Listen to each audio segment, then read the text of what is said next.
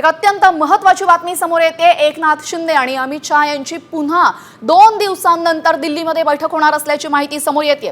कालच एकनाथ शिंदे आणि अमित शहा यांची बैठक झाली आणि त्यानंतर आता पुन्हा 2 दिवसांनंतर अमित शहा आणि शिंदे यांची पुन्हा दिल्लीमध्ये बैठक होणार असल्याची माहिती समोर येते।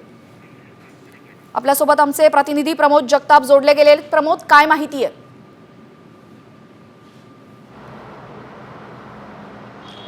तेजल, एकनाथ शिंदे यांच्या पक्षाकडनं केंद्रीय गृहमंत्री अमित शहा यांच्या समोर जो प्रस्ताव ठेवलेला गेलेला आहे त्या प्रस्तावामध्ये 12 कॅबिनेट सोबतच विधान परिषदेचं सभापती पद हे महत्त्वाचं पद जे आहे ते मागितलं गेलेलं आहे आणि तो प्रस्ताव जो आहे तो अमित शहा यांच्या समोर ठेवलेला आहे। हा जर प्रस्ताव अमित शहा यांच्याकडनं मंजूर झाला नाही तर केंद्रीय गृहमंत्री अमित शहा आणि एकनाथ शिंदे या 2 प्रमुख नेत्यांची पुन्हा 2 दिवसानंतर दिल्लीमध्ये बैठक होऊ शकते। अमित शहा किंवा भाजपकडनं एकनाथ शिंदे यांना सांगितलं गेलेलं आहे की तुम्ही जो प्रस्ताव आम्हाला दिलेला आहे त्या प्रस्तावावरती आम्ही विचार करू आणि तो विचार केल्याच्या नंतर 2 दिवसात आम्ही तुम्हाला त्या प्रस्तावासंदर्भातील माहिती कळवू।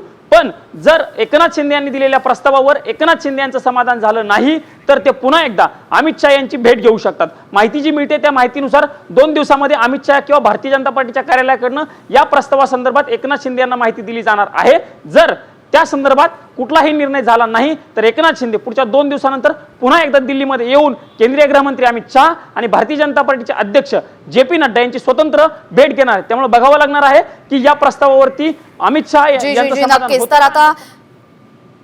तर आता पुढच्या 2 दिवसांमध्ये पुन्हा एकदा या दोन्ही नेत्यांची भेट होऊ शकते। शिंदेंनी दिलेला प्रस्ताव मंजूर न झाल्यास चर्चा होईल अशी शक्यता आहे। धन्यवाद प्रमोद, आपण दिलेल्या माहितीबद्दल।